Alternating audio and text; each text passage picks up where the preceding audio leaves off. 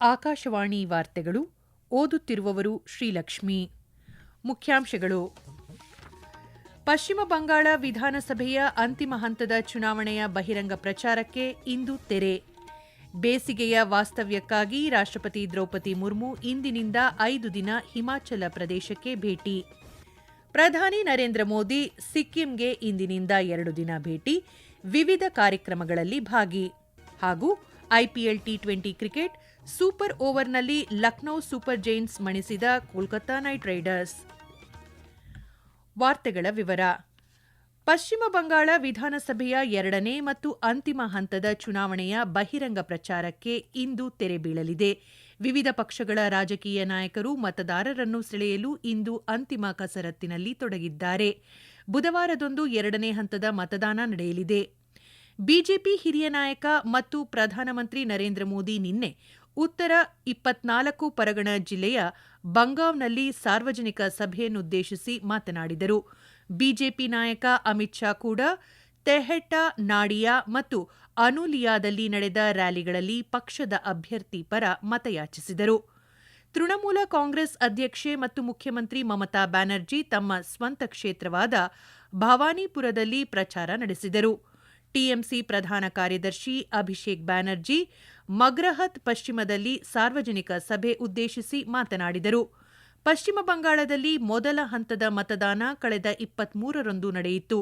ಕೇರಳ, ತಮಿಳುನಾಡು, ಅಸ್ಸಾಂ ರಾಜ್ಯಗಳಲ್ಲಿ ನಡೆದ ವಿಧಾನಸಭಾ ಚುನಾವಣೆಗಳು ಮತ್ತು ಕೇಂದ್ರಾಡಳಿತ ಪ್ರದೇಶ ಪುದುಚೇರಿ ಹಾಗೂ ಪಶ್ಚಿಮ ಬಂಗಾಳದಲ್ಲಿ 2 ಹಂತಗಳ ಚುನಾವಣೆಯ ಮತ ಎಣಿಕೆ ಮೇ 4ರಂದು ನಡೆಯಲಿದೆ. ಪಶ್ಚಿಮ ಬಂಗಾಳದಲ್ಲಿ ನಡೆಯುತ್ತಿರುವ 2ನೇ ಹಂತದ ವಿಧಾನಸಭಾ ಚುನಾವಣೆಗೆ ಚುನಾವಣಾ ಆಯೋಗವು ಕಠಿಣ ಭದ್ರತಾ ಯೋಜನೆಯನ್ನು ಘೋಷಿಸಿದ್ದು, ಮತದಾನಕ್ಕೆ ಅಡ್ಡಿಪಡಿಸುವ ಅಥವಾ ಮತದಾರರಿಗೆ ಅಡ್ಡಪಡಿಸುವ ಯಾವುದೇ ಪ್ರಯತ್ನವನ್ನು ಕಠಿಣವಾಗಿ ಎದುರಿಸಲಾಗುವುದು ಎಂದು ಸ್ಪಷ್ಟಪಡಿಸಿದೆ. ಮತದಾರರು ತಮ್ಮ ಮತದಾನವನ್ನು ಭಯವಿಲ್ಲದೆ ಚಲಾಯಿಸುವಂತೆ ಖಚಿತಪಡಿಸಿಕೊಳ್ಳಲು ಸೂಕ್ಷ್ಮ ಪ್ರದೇಶಗಳಲ್ಲಿ ಕ್ಷೇತ್ರವಾರು ನಿಯೋಜನೆ ಮತ್ತು ಭದ್ರತೆ ಹೆಚ್ಚಿಸುವಂತೆ ಚುನಾವಣಾ ಆಯೋಗ ಭದ್ರತಾ ಸಿಬ್ಬಂದಿಗೆ ನಿರ್ದೇಶನ ನೀಡಿದೆ. ಏತನ್ಮಧ್ಯೆ 2ನೇ ಹಂತದ ಮತದಾನಕ್ಕೆ ಮುಂಚಿತವಾಗಿ ದಕ್ಷಿಣ 24 ಪರಗಣ ಜಿಲ್ಲೆಯ ಕಾಕ್ ದ್ವೀಪಕ್ಕೆ ಭೇಟಿ ನೀಡಿದ ರಾಜ್ಯ ಮುಖ್ಯ ಚುನಾವಣಾ ಅಧಿಕಾರಿ ಮನೋಜ್ ಕುಮಾರ್ ಅಗರ್ವಾಲ್ ಅವರು ವಿವಿಧ ರಾಜಕೀಯ ಪಕ್ಷಗಳ ಪ್ರತಿನಿಧಿಗಳೊಂದಿಗೆ ಸಭೆ ನಡೆಸಿ ಮತದಾರರು ಮುಕ್ತವಾಗಿ ಭಾಗವಹಿಸುವ ನಿಟ್ಟಿನಲ್ಲಿ ಪ್ರೋತ್ಸಾಹಿಸುವಂತೆ ಒತ್ತಾಯಿಸಿದರು. ರಾಷ್ಟ್ರಪತಿ ದ್ರೌಪದಿ ಮುರ್ಮು ಅವರು ಬೇಸಿಗೆಯ ವಾಸ್ತವ್ಯಕ್ಕಾಗಿ ಇಂದಿನಿಂದ 5 ದಿನ ಹಿಮಾಚಲ ಪ್ರದೇಶಕ್ಕೆ ಭೇಟಿ ನೀಡಲಿದ್ದಾರೆ. ಅವರು ಶಿಮ್ಲಾದ ಮಶೋಬ್ರಾದಲ್ಲಿರುವ ರಾಷ್ಟ್ರಪತಿ ನಿವಾಸದಲ್ಲಿ ತಂಗಲಿದ್ದಾರೆ. ನಾಳೆ ಶಿಮ್ಲಾದ ಲೋಕಭವನದಲ್ಲಿ ಹಿಮಾಚಲ ಪ್ರದೇಶದ ರಾಜ್ಯಪಾಲರು ಆಯೋಜಿಸಿರುವ ಔತಣಕೂಟದಲ್ಲಿ ಪಾಲ್ಗೊಳ್ಳಲಿದ್ದಾರೆ. ರಾಷ್ಟ್ರಪತಿಗಳು ಬುಧವಾರ ಅಟಲ್ ಸುರಂಗಕ್ಕೆ ಭೇಟಿ ನೀಡಲಿದ್ದಾರೆ. ಮರುದಿನ ಅವರು ಪಾಲಂಪುರದಲ್ಲಿರುವ ಚೌಧರಿ ಸರ್ವಣ್ ಕುಮಾರ್ ಹಿಮಾಚಲ ಪ್ರದೇಶ ಕೃಷಿ ವಿಶ್ವವಿದ್ಯಾಲಯದ ಘಟಿಕೋತ್ಸವ ಸಮಾರಂಭದಲ್ಲಿಯೂ ಭಾಗಿಯಾಗಲಿದ್ದಾರೆ. ಅದೇ ದಿನ ರಾಷ್ಟ್ರಪತಿಗಳು ಮಶೋಬ್ರಾದಲ್ಲಿರುವ ರಾಷ್ಟ್ರಪತಿ ನಿವಾಸದಲ್ಲಿ ಔತಣಕೂಟ ಆಯೋಜಿಸಿದ್ದಾರೆ. ತಮ್ಮ ಪ್ರವಾಸದ ಕೊನೆಯ ದಿನವಾದ ಮೇ 1ರಂದು ಶಿಮ್ಲಾದಲ್ಲಿರುವ ಸೇನಾ ತರಬೇತಿ ಕಮಾಂಡ್ಗೆ ಭೇಟಿ ನೀಡಲಿದ್ದಾರೆ. ಉಪರಾಷ್ಟ್ರಪತಿ ಸಿಪಿ ರಾಧಾಕೃಷ್ಣನ್ ಇಂದಿನಿಂದ 2 ದಿನ ಆಂಧ್ರಪ್ರದೇಶಕ್ಕೆ ಭೇಟಿ ನೀಡಲಿದ್ದಾರೆ.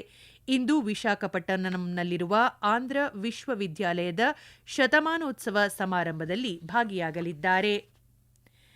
ಪ್ರಧಾನಿ ನರೇಂದ್ರ ಮೋದಿ ಅವರು ಇಂದಿನಿಂದ 2 ದಿನ ಸಿಕ್ಕಿಂಗೆ ಭೇಟಿ ನೀಡಲಿದ್ದಾರೆ. ಸಿಕ್ಕಿಂನ ಪರಿಸರ ಮತ್ತು ಪುಷ್ಪ ಪರಂಪರೆಯನ್ನು ಪ್ರದರ್ಶಿಸುತ್ತಾ ವಿಶ್ವ ದರ್ಜೆಯ ಆರ್ಕಿಡ್ ಅನುಭವ ನೀಡುವ ಗ್ಯಾಂಗ್ಟಕ್ನಲ್ಲಿರುವ ಆರ್ಕಿಡೇಯಂಗೆ ಅವರು ಇಂದು ಭೇಟಿ ನೀಡಲಿದ್ದಾರೆ. ಸಿಕ್ಕಿಂನ 50ನೇ ರಾಜ್ಯ ಸಂಸ್ಥಾಪನಾ ದಿನಾಚರಣೆಯ ಸಮಾರೋಪ ಸಮಾರಂಭದಲ್ಲಿ ಭಾಗಿಯಾಗಿ ರಾಜ್ಯಾದ್ಯಂತ 4,000 ಕೋಟಿ ರೂಪಾಯಿಗಳಿಗೂ ಹೆಚ್ಚು ಮೌಲ್ಯದ ವಿವಿಧ ಅಭಿವೃದ್ಧಿ ಯೋಜನೆಗಳ ಉದ್ಘಾಟನೆ ಮತ್ತು ಶಂಕುಸ್ಥಾಪನೆ ನೆರವೇರಿಸಲಿದ್ದಾರೆ.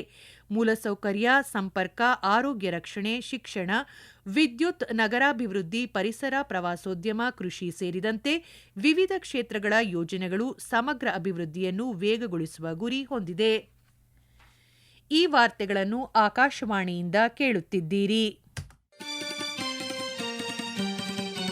ನಮ್ಮ ಎಲ್ಲಾ ರಾಷ್ಟ್ರೀಯ ವಾರ್ತೆಗಳು ಹಾಗೂ ಪ್ರದೇಶ ಸಮಾಚಾರ ಈಗ ಆಕಾಶವಾಣಿ ನ್ಯೂಸ್ ಕನ್ನಡ ಯೂಟ್ಯೂಬ್ ಚಾನೆಲ್ನಲ್ಲಿ ಲಭ್ಯ. ನಮ್ಮ ಎಕ್ಸ್ ಖಾತೆ ಮತ್ತು ಇನ್ಸ್ಟಾಗ್ರಾಂ ಖಾತೆ ಆಕಾಶವಾಣಿ ನ್ಯೂಸ್ ಕನ್ನಡ. ಹೆಚ್ಚಿನ ಮಾಹಿತಿಗಾಗಿ ನಮ್ಮ ಫೇಸ್ಬುಕ್ ಖಾತೆ AIR ಕನ್ನಡ ನ್ಯೂಸ್ ಅನುಸರಿಸಿ. ಮಾಹಿತಿಯ ಹೂರಣ ವಾರದ ಕಾರ್ಯಕ್ರಮ ಪ್ರಚಲಿತ ವಿದ್ಯಮಾನ ಪ್ರತಿ ಬುಧವಾರ 9:15ಕ್ಕೆ. ಪ್ರಧಾನಮಂತ್ರಿ ನರೇಂದ್ರ ಮೋದಿ ನಾಳೆಯಿಂದ 2 ದಿನ ಉತ್ತರ ಪ್ರದೇಶಕ್ಕೆ ಭೇಟಿ ನೀಡಲಿದ್ದಾರೆ. ನಾಳೆ ಅವರು ವಾರಣಾಸಿಯಲ್ಲಿ ಮಹಿಳಾ ಸಮ್ಮೇಳನದಲ್ಲಿ ಭಾಗಿಯಾಗಲಿದ್ದಾರೆ. ಅಲ್ಲಿ ಅವರು 6,000 ಕೋಟಿ ರೂಪಾಯಿಗಳಿಗೂ ಹೆಚ್ಚು ಮೊತ್ತದ ವಿವಿಧ ಅಭಿವೃದ್ಧಿ ಯೋಜನೆಗಳ ಉದ್ಘಾಟನೆ ಮತ್ತು ಶಂಕುಸ್ಥಾಪನೆ ನೆರವೇರಿಸಲಿದ್ದಾರೆ. ಬನಾರಸ್ ಪುಣೆ ಮತ್ತು ಅಯೋಧ್ಯೆ ಮುಂಬೈ ನಡುವಿನ 2 ಹೊಸ ಅಮೃತ್ ಭಾರತ್ ಎಕ್ಸ್ಪ್ರೆಸ್ ರೈಲುಗಳಿಗೆ ಹಸಿರು ನಿಶಾನೆ ತೋರಲಿದ್ದಾರೆ. ಭಾರತ ಮತ್ತು ನ್ಯೂಜಿಲೆಂಡ್ ಇಂದು ನವದೆಹಲಿಯಲ್ಲಿ ಮುಕ್ತ ವ್ಯಾಪಾರ ಒಪ್ಪಂದಕ್ಕೆ ಸಹಿ ಹಾಕಲಿವೆ ಎಂದು ಕೇಂದ್ರ ವಾಣಿಜ್ಯ ಮತ್ತು ಕೈಗಾರಿಕಾ ಸಚಿವ ಪಿಯೂಷ್ ಗೋಯಲ್ ತಿಳಿಸಿದ್ದಾರೆ. ಇದು ಎರಡೂ ದೇಶಗಳ ನಡುವಿನ ಆರ್ಥಿಕ ಸಂಬಂಧಗಳನ್ನು ಬಲಪಡಿಸುವ ಮಹತ್ವದ ಹೆಜ್ಜೆಯಾಗಿದೆ. ನ್ಯೂಜಿಲೆಂಡ್ನ ವ್ಯಾಪಾರ ಮತ್ತು ಹೂಡಿಕೆ ಸಚಿವ ಟಾಡ್ ಮೆಕ್ಲೆ ಅವರೊಂದಿಗೆ ಆಗ್ರಾದ ತಾಜ್ ಮಹಲ್ಗೆ ಭೇಟಿ ನೀಡಿದ ಸಂದರ್ಭದಲ್ಲಿ ಮಾತನಾಡಿದ ಪಿಯೂಷ್ ಗೋಯಲ್, ವರ್ಷಗಳ ಉನ್ನತ ಮಟ್ಟದ ಚರ್ಚೆಗಳ ನಂತರ ಒಪ್ಪಂದವನ್ನು ಅಂತಿಮಗೊಳಿಸಲಾಗಿದೆ ಎಂದು ಹೇಳಿದರು. ಮುಂದಿನ 5 ವರ್ಷಗಳಲ್ಲಿ ದ್ವಿಪಕ್ಷೀಯ ವ್ಯಾಪಾರವನ್ನು $5 ಬಿಲಿಯನ್ ದ್ವಿಗುಣಗೊಳಿಸುವ ಗುರಿಯನ್ನು ಮುಕ್ತ ವ್ಯಾಪಾರ ಒಪ್ಪಂದ ಹೊಂದಿದೆ. ಈ ಒಪ್ಪಂದವು ಭಾರತೀಯ ಸರಕುಗಳಿಗೆ ಮಾರುಕಟ್ಟೆ ಪ್ರವೇಶವನ್ನು ಗಮನಾರ್ಹವಾಗಿ ಸುಧಾರಿಸುತ್ತದೆ ಮತ್ತು ವ್ಯಾಪಾರ ಅವಕಾಶಗಳನ್ನು ಹೆಚ್ಚಿಸುತ್ತದೆ ಎಂದು ಸಚಿವ ಪಿಯೂಷ್ ಗೋಯಲ್ ತಿಳಿಸಿದರು.